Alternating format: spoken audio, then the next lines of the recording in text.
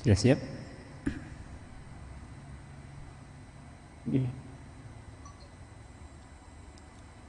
Dia sudah masuk, suaranya sudah masuk Ustaz. Semoga Ustaz. Bismillahirrahmanirrahim. Assalamualaikum warahmatullahi wabarakatuh. Alhamdulillahi rabbil alamin. Wassalatu wassalamu ala nabiyyina wa sayyidina Muhammadin wa ala alihi wa sahbihi ajma'in. Amma ba'd. Kita panjatkan pujian dan syukur kehadirat Allah Subhanahu wa taala. Pada kesempatan sore yang berbahagia kali ini, tanggal 27 Ramadan 1442 Hijriah, kita masih kembali diberi kekuatan, kesehatan, hidayah serta taufik dari Allah Jalla wa Ala, sehingga kita bisa kembali menghadiri salah satu di antara taman surga Allah Azza wa Jalla di muka bumi ini. Kita berharap semoga Allah Subhanahu wa taala berkenan untuk melimpahkan kepada kita semuanya ilmu yang bermanfaat, sehingga bisa kita amalkan sebagai bekal untuk menghadap kepada Allah Jalla wa Ala. Allahumma amin. Salawat dan salam semoga senantiasa tercurahkan kepada junjungan kita Nabi Agung Muhammad sallallahu alaihi wa ala alihi wa sahbihi wasallam, kepada keluarganya, sahabatnya dan umatnya yang setia mengikuti tuntunannya hingga akhir nanti. Para pendengar dan pemirsa yang semoga dirahmati oleh Allah Azza wa Jalla, kebanyakan dari kita di bulan Ramadan ini merasakan bahwa semangatnya dalam beribadah melonjak tajam. Semangatnya dalam beribadah melonjak tajam. Sebaliknya, dia merasakan bahwa keinginan dia untuk berbuat maksiat turun drastis. Keinginan dia untuk berbuat maksiat turun drastis. Sebelum Ramadan, untuk membaca Al-Quran terasa malas. Selalu saja ada alasan kesibukan ini dan kesibukan anu.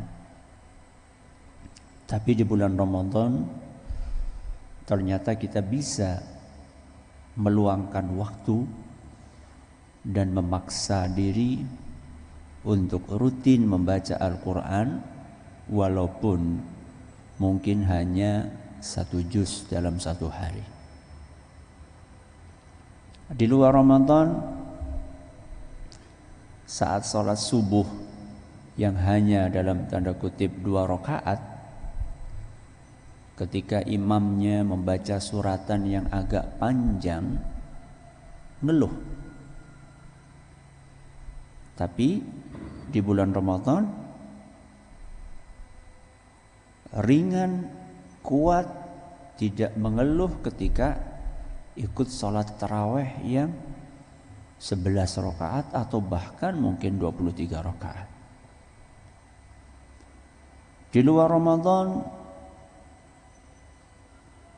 susah puasa Senin Kemis yang cuma 2 hari dalam sepekan.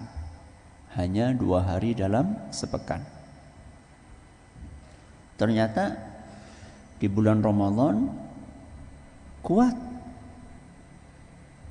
Tidak ada halangan yang berarti untuk berpuasa 29 sampai 30 hari berurutan. Di luar Ramadan, para utuder, ya, para perokok Disuruh nggak ngerokok 2 jam aja. Disuruh nggak ngerokok 2 jam aja. Muring-muring. Ya, banyak mengeluh. Berbagai macam alasan. Yang lidah terasa kecut.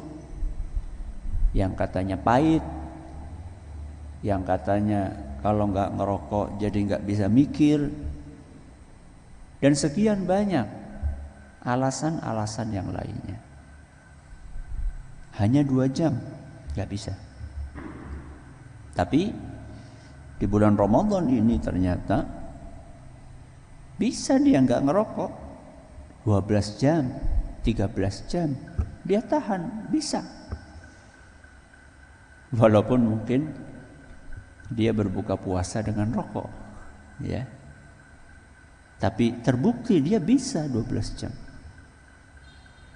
Jadi kebanyakan dari kita merasakan bahwa semangat untuk beribadah dan beramal di bulan Ramadan itu naik. Dan keinginan untuk berbuat dosa turun. Dan alangkah indahnya seandainya dalam suasana seperti itu, suasana iman naik, keinginan berbuat maksiat turun, dalam suasana seperti itu malaikat pencabut nyawa datang. Wah, itu indah sekali. Meninggal dalam keadaan sedang semangat-semangatnya ibadah dan sedang malas-malasnya berbuat maksiat. Wah, itu ajib itu. Berpeluang besar untuk menjadi orang yang husnul khatimah. Tapi yang jadi masalah adalah gak semua orang diwafatkan oleh Allah Subhanahu wa ta'ala di bulan Ramadan.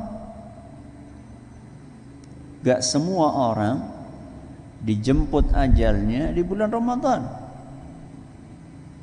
Gak semua orang malaikat maut datang kepadanya saat imannya sedang nanjak dan semangat maksiatnya lagi turun. Gak semua orang seperti itu. Masih tersisa 11 bulan yang lainnya selain bulan Ramadan. Dan realita membuktikan banyak orang yang meninggalnya bukan di bulan Ramadan dan bukan saat sedang semangat beribadah. Na'udzubillahi min dzalik.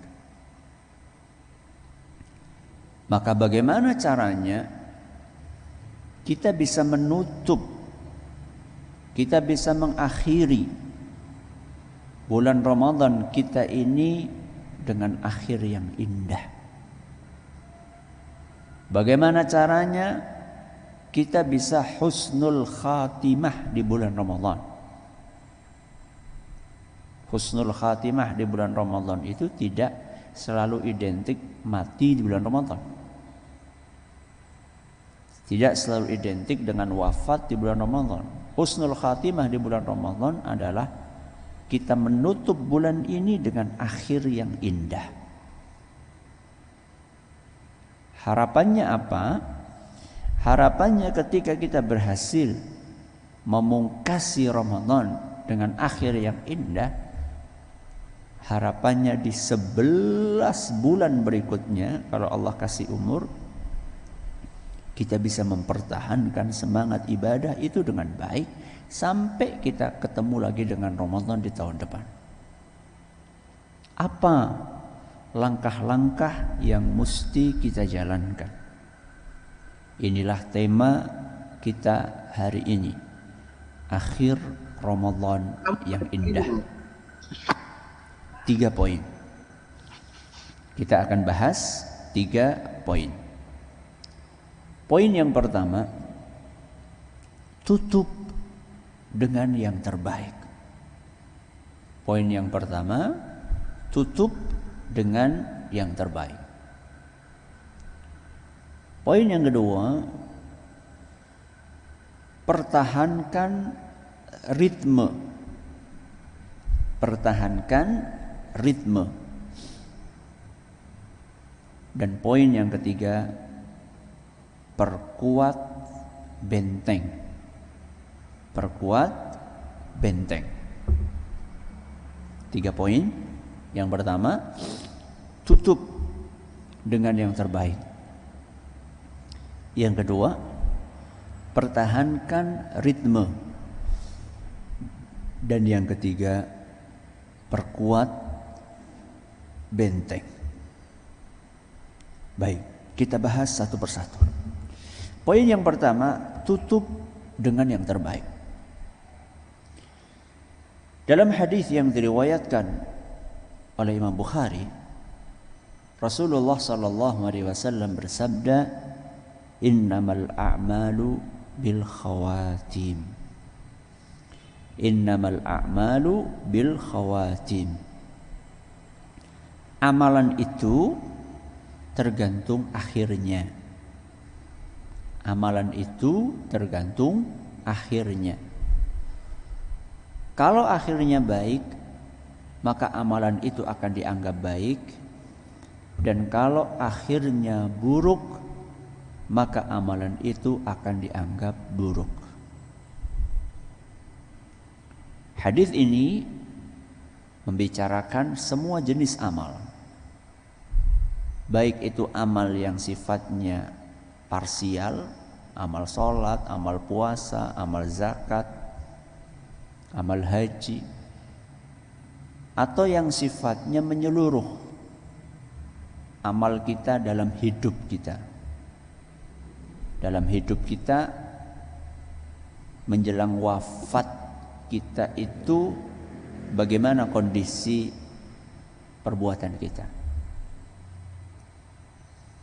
Seandainya kita tutup akhir hidup kita dengan beribadah kepada Allah, dengan menghindari maksiat, walaupun mungkin semasa hidup kita memiliki banyak kekurangan, maka yang akan dijadikan patokan adalah bagaimana kondisi kita di akhir hidup. Itu berbicara tentang amalan secara keseluruhan.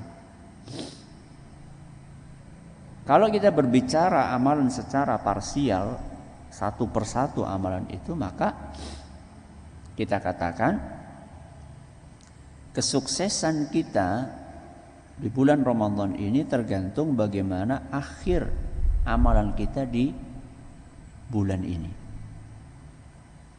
Di hari-hari ini, ya, 27, 28, 29, kalau Allah takdirkan 30. Di akhir-akhir hari ini, bagaimana kualitas amalan kita? Seandainya di akhir-akhir 3 hari ini amalan kita berkualitas tinggi, maka inilah yang akan dijadikan sebagai ukuran untuk menilai 1 bulan. Tapi sebaliknya, seandainya di hari-hari yang tersisa ini justru kita tutup, kita isi dengan hal-hal negatif, maka ini pula lah yang dijadikan sebagai barometer untuk menilai amalan kita selama 1 bulan. Innamal a'malu bil khawatim. Amalan itu tergantung akhirnya. Maka jamaah yang kami hormati, mari kita renungi selama berjalan 27 hari sampai hari ini. Sudahkah kita maksimal di dalam mengisi hari-hari yang telah lewat itu atau belum? Kita ambil sampel sholat. Selama 27 hari Ramadan ini kita sholat, apakah di sholat-sholat kita yang telah lewat itu kita sudah khusyuk atau belum? Kalau ternyata belum, maka di 3 hari yang terakhir ini tingkatkan kekhusyuan kita dalam sholat. Paksa konsentrasi kita dalam sholat untuk memikirkan makna dari apa yang kita baca, untuk merenungi gerakan-gerakan sholat kita. Mudah-mudahan kualitas tinggi sholat kita di 3 hari terakhir ini akan dijadikan sebagai barometer untuk menilai sholat-sholat yang kita kerjakan 27 hari yang lalu.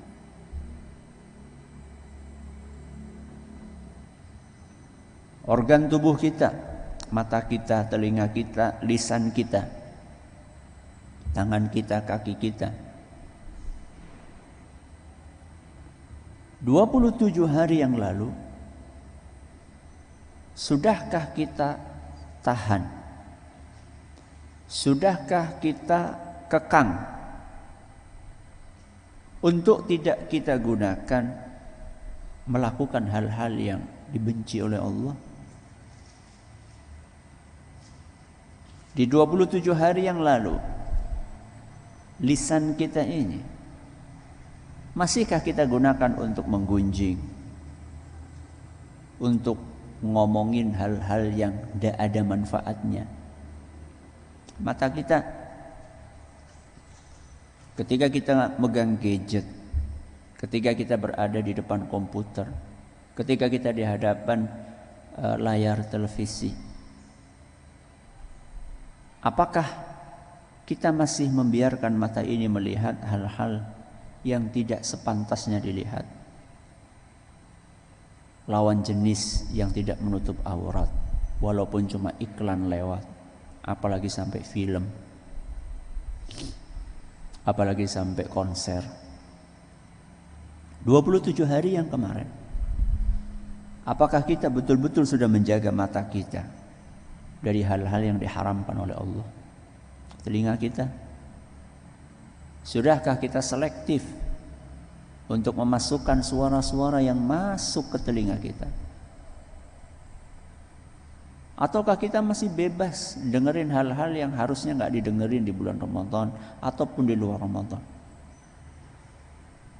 Seandainya saat kita merenung saat ini, ketika kita renungi saat ini, ternyata kita belum maksimal untuk menjaga organ-organ tubuh tadi, masih ada sisa 3 hari. Maksimalkan upaya kita untuk menahan organ-organ tubuh tadi agar tidak berbuat maksiat kepada Allah Subhanahu wa ta'ala. 27 hari yang lalu, coba dicek. Kita sebagai seorang suami, kita sebagai seorang istri, kita sebagai seorang ayah dan ibu, kita sebagai seorang anak, sudahkah kita menunaikan kewajiban kita dengan baik? Suami, sudahkah mendidik anak dan istrinya dengan baik? Istri, sudahkah melayani suaminya dengan baik? Anak, sudahkah berbakti maksimal kepada orang tuanya? Seandainya di 27 hari yang lalu ternyata belum maksimal, masih ada kesempatan 3 hari. Perbaiki apa yang perlu diperbaiki di 3 hari. Silahkan Anda analogikan, Anda kiaskan dengan kekurangan-kekurangan yang lainnya. Emosi yang masih meledak-ledak, baca Al-Quran yang gak fokus, sedekah yang belum ikhlas, banyak waktu dihabiskan untuk main gadget, untuk bermedia sosial. Kekurangan-kekurangan yang kita lakukan, hal-hal negatif yang kita lakukan di 27 hari yang lalu, ayo kita perbaiki di 3 hari yang terakhir ini. Harapannya kalau kita tutup Ramadan ini dengan akhir yang baik, bahkan terbaik, maka ini akan menjadi ukuran untuk menilai Ramadan kita yang telah lalu atau Ramadan tahun ini.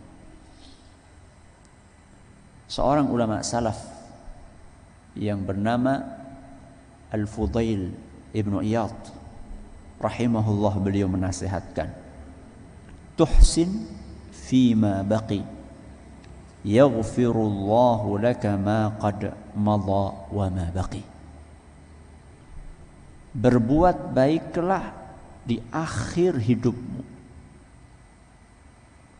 berbuat baiklah di akhir umurmu, niscaya Allah akan mengampuni apa yang engkau perbuat yang telah lalu dan yang akan datang.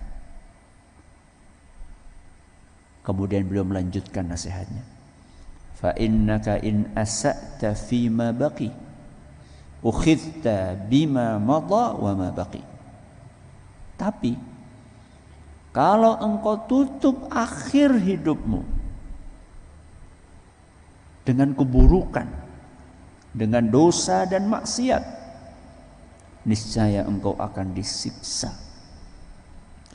atas apa yang telah engkau perbuat dan apa yang akan engkau perbuat. Na'udzubillahi min dzalik. Itu poin yang pertama. Tutup dengan yang terbaik. Yang kedua, pertahankan ritme. Pertahankan ritme. Di bulan Ramadan, Allah Subhanahu wa ta'ala membantu kita untuk bisa membangun irama yang teratur dalam menjalani keseharian kita. Di bulan Ramadan ini Allah membantu kita untuk bisa membangun irama kehidupan yang teratur. Mulai dari bangun pagi sampai tidur kembali. Saya kasih satu contoh. Rata-rata kita di bulan Ramadan ini bangun paginya lebih gasik dibandingkan hari-hari di luar Ramadan. Kalau di hari-hari Ramadan, di hari-hari luar Ramadan, banyak di antara kita bangunnya ketika azan subuh. Jam 4:30 baru bangun. Bahkan mungkin naudzubillah ada yang bangunnya jam 5, bahkan mungkin ada yang bangunnya jam 5:30. Naudzubillah min dzalik. Tapi di bulan Ramadan, mau tidak mau, karena harus makan sahur atau ibu-ibu harus menyiapkan sahur, mau tidak mau dia harus bangun maksimal jam 4. Maksimal jam 4. Supaya ada waktu untuk sahur. Kalau ibu-ibu bahkan mungkin lebih gasik jam 3:30 atau jam 3 atau jam 2.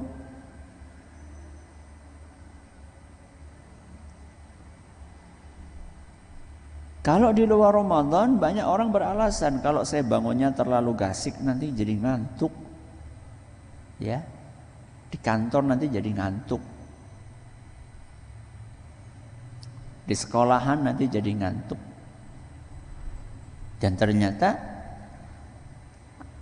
kekhawatiran itu ternyata ketika kita jalankan bangun gasik di bulan Ramadan enggak terbukti kekhawatiran tersebut. Ya mungkin iyalah di awal-awal Ramadan iya mungkin.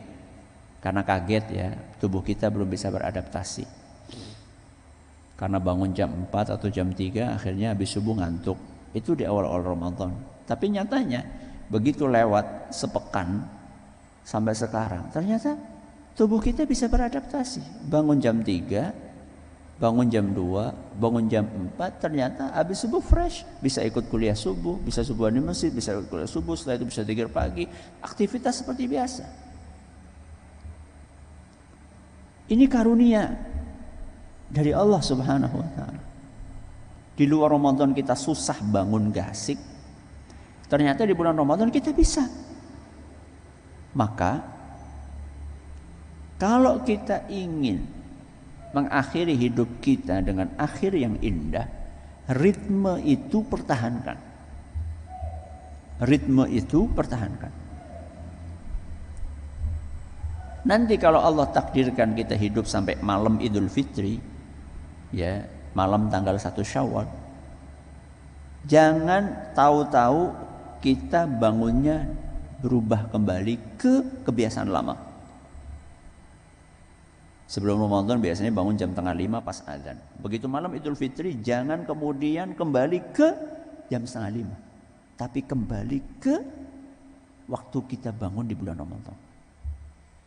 Biasanya jam 4, biasanya jam 3, biasanya jam 2, jam 2. Di hari pertama kita nggak puasa. Ini kan Ramadan biasanya puasa. Idul Fitri kan nggak puasa. Hari pertama kita nggak puasa, bangunnya pertahankan sama. Kalau kita berhasil, itu pertanda baik. Ya. Ya terus ngapain Ustaz? Mau nggak sahur kok? Subhanallah, tahajud, qiyamul lail. Rasulullah Sallallahu Alaihi Wasallam bersabda dalam hadis yang diriwayatkan oleh Imam At-Tabarani dalam kitab beliau Mu'jam Al-Awsat, dan isnadnya dinyatakan sahih oleh Imam Al-Hakim. Rasulullah SAW bersabda, wa'lam anna syarafal mu'mini qiyamul lail. Ketahuilah bahwa kemuliaan seorang mukmin diukur dari qiyamul lail. Jadi seorang mukmin itu dianggap mulia atau tidak mulia, salah satu barometernya adalah apakah dia bangun malam. Bangun malam di sini maksudnya adalah qiyamul lail, tahajud, bukan bangun malam pipis tidur lagi, bukan. Apakah dia terbiasa tahajud atau tidak? Maka ini kesempatan untuk mengejar kemuliaan tersebut. Latih diri kita. Ya. Jadi jangan kemudian otomatis begitu tahu besok nggak puasa, bangunnya kembali mendekati azan, mepet-mepet azan atau bahkan sudah azan. Jangan. Kita sudah punya modal nih. Lumayan berat kan mempertahankan untuk konsisten bangun jam 4. Kita sampai pasang jam beker, pasang alarm di HP, pesenin sama orang tolong bangunin. Setelah kita punya ritme yang begitu indahnya, selama 1 bulan kita bangun, kenapa ujuk-ujuk tiba-tiba ketika malam Idul Fitri kita langsung rubah begitu saja sampai seterusnya? Jangan. Ya. Jangan seperti itu. Walaupun tidak sahur, tahajud. Ya. Ya kalau memang mungkin kita karena sholatnya sendirian, ya. Kalau taraweh itu kan rame-rame, makanya 11 itu atau 23 nggak kerasa gitu ya. Nah kalau sendirian Ustaz 11, ya kalau memang nggak kuat 11 turunin nggak apa-apa. 8 rakaat, 1 witir atau 3 witir. Turunin kalau nggak kuat 6 rakaat, 2, setelah itu witir 3 atau 1. Nggak kuat lagi 4 rakaat, 2, terus witir 3 atau 1. Nggak kuat lagi tahajud 2 rakaat, witir 1. Nggak kuat lagi witir 1 aja, masa nggak bisa? Terlalu dong. Ya, kita punya ritme, bangun, pertahankan ritme baca Quran. Ya, seperti yang tadi saya sampaikan di awal. Di luar Ramadan alasannya ini itu, praktek ini, praktek itu, ngurusin ini, ngurusi itu, kesibukan ini, kesibukan itu. Begitu bulan Ramadan bisa ternyata minimal 1 juz 1 hari, bisa kan? Kenapa kita tidak pertahankan ritme itu? Dan terbukti bukan bahwa kita baca Quran 1 juz itu tidak mengurangi produktivitas kita dalam bekerja. Perhatikan baik-baik. Terbukti kita baca Quran 1 juz, 2 juz, 3 juz itu tidak mengurangi produktivitas kita dalam bekerja. Justru sebaliknya. Semakin banyak halaman Al-Quran yang kita baca, justru kita semakin produktif. Padahal kalau kita mau main logika, waktu kita untuk bekerja akan berkurang. Karena kita baca Al-Quran. Baca Al-Quran butuh waktu kan, setengah jam, 1 jam. Ya kalau yang sudah lancar mungkin seperempat jam. Bisa dapat 1 juz. Ya. Secara logika itu akan berkurang waktu kita. Tapi berkurangnya waktu itu kemudian dibayar lunas dalam tanda kutip oleh Allah Subhanahu wa ta'ala dengan keberkahan. Akhirnya waktu yang tersisa itu kemudian bisa kita gunakan untuk menyelesaikan pekerjaan yang banyak. Itulah namanya berkah. Ya. Dan ini salah satu bukti keberkahan Al-Quran. Ya. Membuat waktu kita menjadi maksimal peruntukannya. Ini yang kedua, pertahankan ritme. Sholat 5 waktu juga demikian. Ya, sholat 5 waktu tepat pada waktunya, pertahankan. Ya.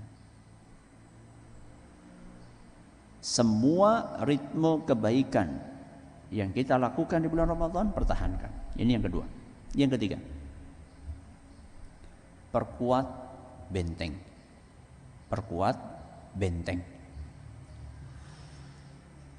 Tadi di awal saya sempat nyinggung tentang para ududers, ya, para perokok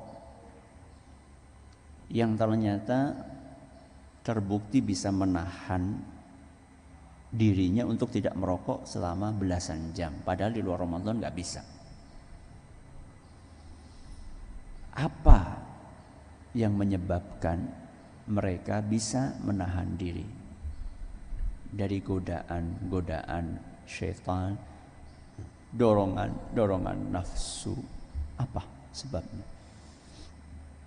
Salah satu sebabnya adalah karena dia punya benteng. Dia punya benteng. Dia punya tameng, pelindung diri. Benteng dan tameng itu namanya puasa. Namanya puasa. Dalam hadis riwayat Bukhari, Rasulullah SAW bersabda, "Was-shaumu junnah." Puasa itu tameng. Puasa itu benteng. Sehingga orang yang berpuasa, dia telah membentengi dirinya dari godaan-godaan yang mengajak dia berbuat buruk. Salah satunya ngerokok. Dia punya benteng.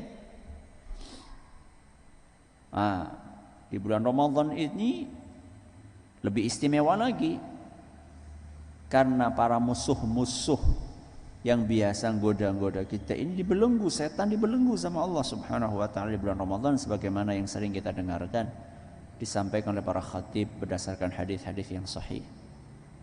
Itu semakin membuat orang menjadi enggan berbuat maksiat. Yang jadi masalah adalah ketika Ramadan lewat, pindah ke bulan Syawal, dan seterusnya, Dzulqa'dah, Dzulhijjah.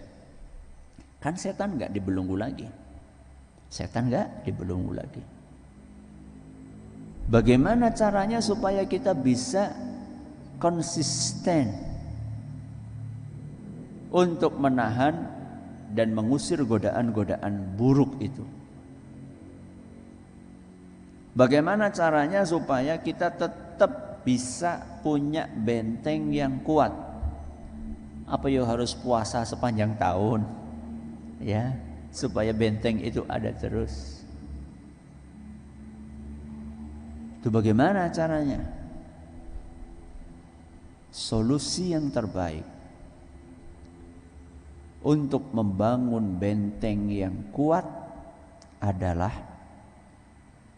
minta bantuan kepada yang maha kuat, yaitu Allah Subhanahu wa ta'ala. Mohon perlindungan kepada yang maha kuat, Al-Qawiyyu, yaitu Allah Subhanahu wa ta'ala.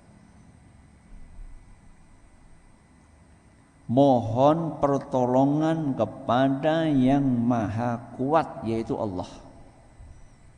Itu adalah cara tercepat, terefisien, termanjur untuk punya benteng yang kuat. Ada seorang ulama salaf bertanya kepada muridnya. Bukan. Iya betul. Ulama bertanya kepada muridnya. Jadi ulama ini pengen ngetes muridnya. Wahai muridku, seandainya engkau suatu hari menghadapi godaan setan yang mendorongmu untuk berbuat maksiat, apa yang kau lakukan? Lawan, kata muridnya. Lawan, kita lawan. Kalau dia goda lagi, lawan lagi, goda lagi, lawan lagi, goda lagi, lawan lagi. Wah, capek dong, kata sang guru. Terus guru itu kasih ilustrasi. Apa yang kau lakukan ketika engkau diganggu anjing? Diganggu anjing. Kita lempar, anjingnya tetap menggonggong. Kita lempar lagi, menggonggong, bahkan ngejar. Apa yang mesti dilakukan? Lari. Lebih kenceng anjing larinya. Apa yang mesti dilakukan? Cara yang paling gampang dan efisien adalah panggil pemilik anjing itu. Panggil pemilik anjing itu. Kalau pemiliknya datang hanya dengan satu panggilan, Blacky misal, namanya Blacky misalnya, langsung dia nurut sama majikannya. Ini ilustrasi yang dibikin oleh si guru untuk memahamkan muridnya bahwa kita ini punya tempat berlindung yang super kuat. Kenapa kita tidak memanfaatkan tempat perlindungan itu? Kenapa kita tidak minta kepada yang menguasai setan tersebut, yang mengendalikan setan tersebut, yaitu Allah Subhanahu wa ta'ala? Bukankah itu lebih simple, lebih mudah? Makanya kita diperintahkan, wa imma yanzaghannaka minasyaitani nazghun fasta'idz billah. Seandainya suatu saat engkau diganggu oleh setan, maka mohonlah perlindungan kepada Allah. Lihat, mohon perlindungan kepada Allah. Jangan kita hanya mengandalkan kekuatan pribadi kita, karena manusia itu lemah. Wa khuliqal insanu dha'ifa. Allah sampaikan itu dalam Al-Quran. Manusia itu diciptakan dalam kondisi keadaan lemah. Betul, setan juga lemah. Inna kaidas syaitani kana dha'ifa. Sesungguhnya tipu daya setan itu lemah. Berarti kan lemah lawan lemah. Yang menang siapa? Yang menang yang minta perlindungan kepada yang maha kuat, yaitu Allah subhanahu wa ta'ala. Minta perlindungan sama Allah. Inilah benteng yang terkuat. Sehingga kalau kita ingin bertahan dalam suasana tidak tertarik dengan maksiat, malas berbuat maksiat, semangat beribadah, maka mintalah kepada Allah. Saya tutup dengan sebuah kisah yang disebutkan dalam Qutul Qulub tentang kejadian seorang dari Bani Israel. Ya, seorang dari Bani Israel. Konon ada seorang pria menikah dengan seorang wanita, dan istrinya ini tinggal di kota yang cukup jauh dari kota sang pria. Perjalanan sekitar 1 bulan. Perjalanan sekitar 1 bulan, lumayan jauh. Pada suatu hari, sang pria ini pengen menjemput istrinya, tapi karena kesibukan, akhirnya dia mengutus pembantunya, mengutus budaknya untuk menjemput istrinya. Singkat cerita, berangkatlah budak itu ke kota tempat istri sang pria. 1 bulan loh perjalanan. Sampai ke kota si istri majikannya. Berjalanlah dia sampai suatu hari, karena cuma berduaan, ya, budak dengan istri majikannya. Karena perjalanan, dan budak ini juga mungkin kangen juga dengan istrinya dia sendiri, setan menggoda. Ya, setan menggoda budak itu untuk berbuat tidak senonoh kepada istri majikannya. Lumayan 1 bulan, ya, dan gelagatnya istri majikannya ini pun juga kelihatannya ya tidak masalah untuk berbuat hal yang jelek tadi. Maka apa yang dilakukan oleh budak itu? Begitu malam hari, istri majikannya tidur, budak itu bangun. Lalu dia sholat.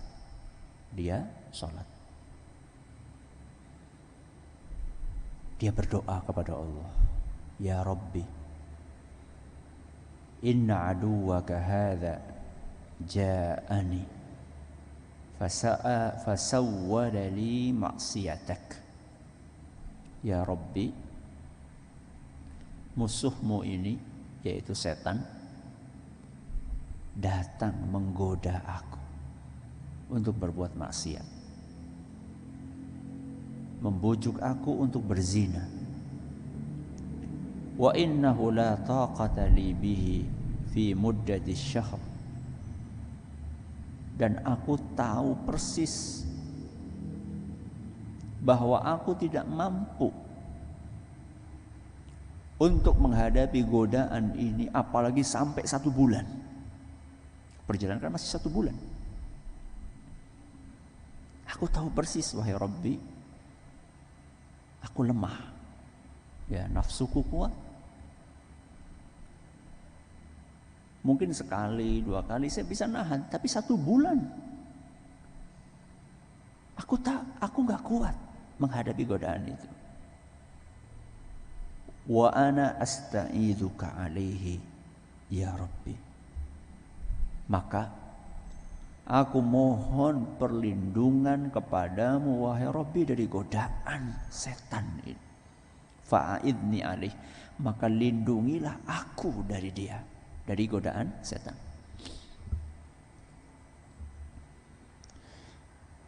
Cukup sampai situ enggak?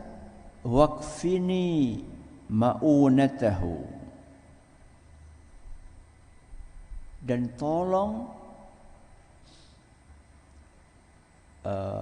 cukupi aku, ya, cukupi aku atas kebutuhanku ini, ya, kebutuhan untuk menyalurkan syahwat. Itu pada Isya, ya. Dia terus ulang doa itu. Terus dia tahajud, dia doa. Sampai masuk waktu sahur. Ya, sampai masuk waktu sahur. Jadi pada Isya itu doa terus, doa, minta perlindungan kepada Allah, minta bantuan. Ya Allah, hambamu enggak kuat ya Allah.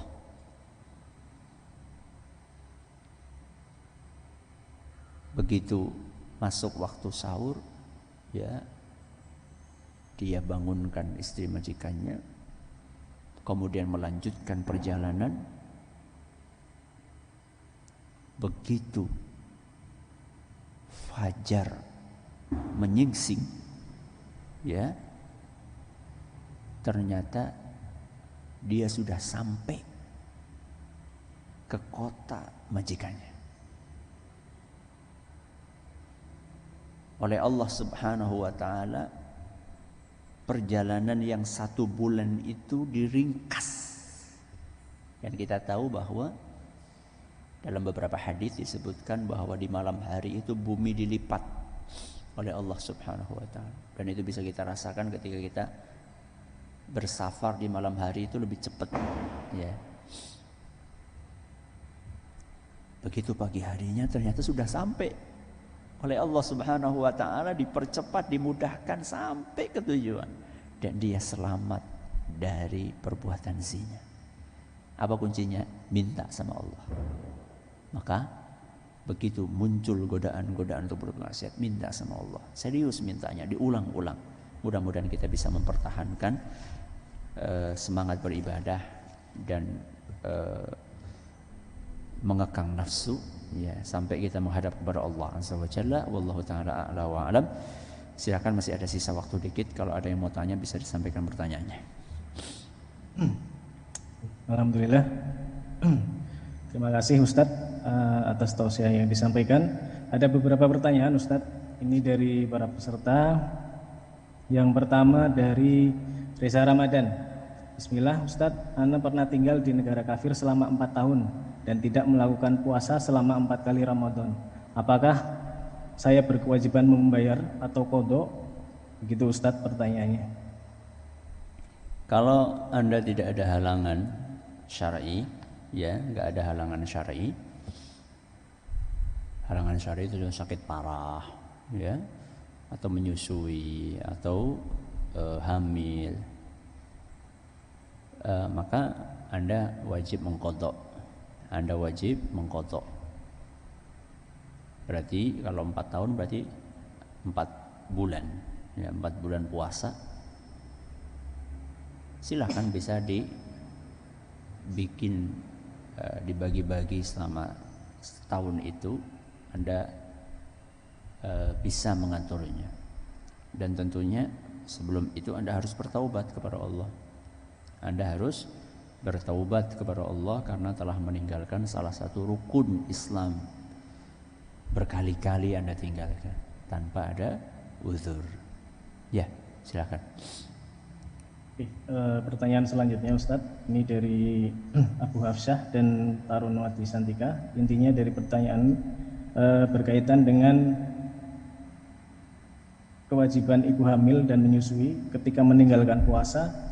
bagaimana cara membayar qadhonya, terutama untuk yang ibu menyusui Ustadz, apakah bisa mengqadho puasanya setelah akhir masa menyusui 2 tahun, terus apabila harus membayar fidyah, apakah harus langsung ke orang atau bisa melalui badan penyalur semacam badan zakat atau apa gitu Ustadz?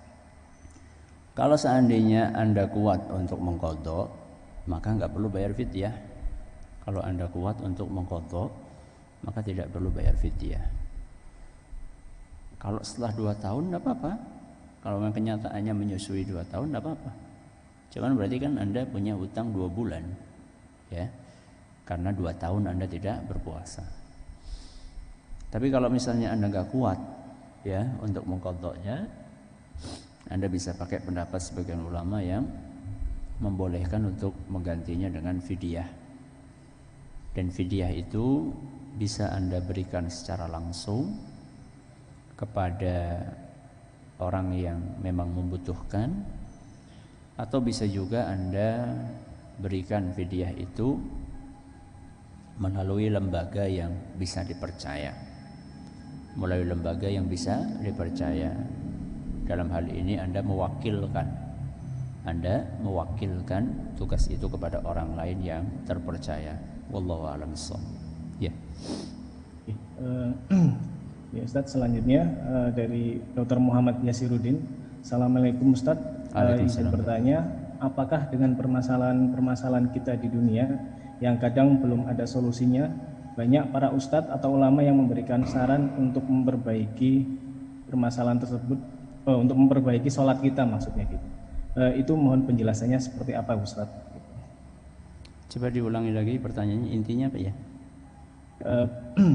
Pertanyaannya, apakah dengan permasalahan kita di dunia yang kadang belum ada solusinya, banyak para ustadz dan ulama yang menyarankan untuk memperbaiki kualitas sholat gitu Ustadz. Nah itu dari Dr. Muhammad Yasiruddin minta penjelasan bagaimana perinciannya gitu Ustadz. Ya, ketika banyak masalah kita disuruh sholat. Betul, karena dalam Al-Quran Allah Azza wa Jalla berfirman, wasta'inu bis-sabri was-salah. Wasta'inu bis-sabri was-salah. Jadikanlah sabar dan sholat sebagai penolongmu. Sebagai penolongmu. Penolong maksudnya ya menjadi sesuatu yang bisa membantu kita. Prakteknya Rasulullah SAW kata para sahabat, idza hazabahu amrun fazi'a ila shalah. Rasulullah SAW kalau ada masalah besar, kalau menghadapi problem, maka beliau segera sholat. Jadi sholat itu kemudian akan membuat kita menjadi kuat menghadapi masalah-masalah itu. Dan dengan sholat itu kemudian Allah Subhanahu wa ta'ala bisa memberikan ilham, ya, memberikan ilham tentang solusi yang mestinya ditempuh untuk menyelesaikan masalah yang sedang dihadapi. Ya, maka betul, ya. Dan itu bagian dari takwa. Sholat bagian dari takwa. Dan orang yang bertakwa akan diberi jalan keluar. Wa may yattaqillaha yaj'al lahu makhraja. Barang siapa yang bertakwa kepada Allah, maka Allah akan berikan kepadanya jalan keluar. Jadi ini yang perlu kita lakukan. Selain berikhtiar tentunya, berikhtiar secara duniawi, ya. Miskin ya kerja, sakit ya berobat, itu kan berikhtiar secara duniawi. Nah, pertanyaan terakhir silakan. Pertanyaan terakhir Ustaz.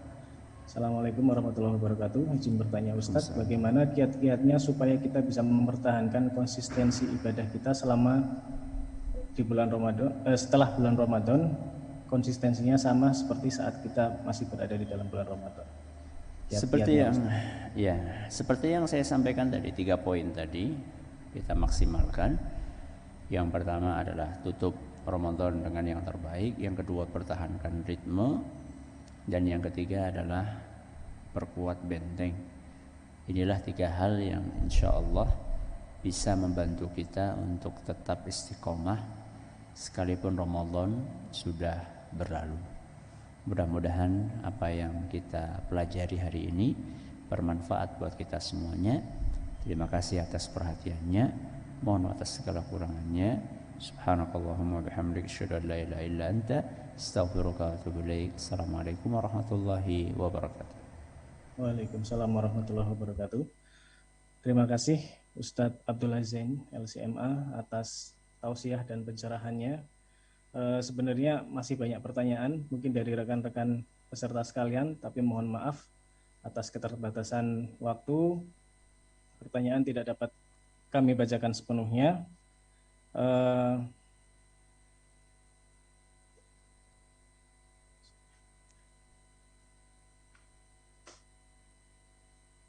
Sepertinya Ustadz sudah live. Oke, sepertinya Ustadz sudah mendahului untuk meninggalkan, barangkali mungkin ada kesibukan lain. Hadirin sekalian, peserta kajian pada kesempatan sore hari ini, mungkin sekian kajian yang bisa kita ikuti untuk kesempatan pada sore hari ini. Saya selaku moderator, apabila ada tutur kata atau sikap yang mungkin kurang berkenan kepada hadirin sekalian, kiranya saya mohon maaf yang sebesar-besarnya. Billahi taufiq wal hidayah. Assalamualaikum warahmatullahi wabarakatuh. Waalaikumsalam warahmatullahi wabarakatuh. Waalaikumsalam warahmatullahi wabarakatuh.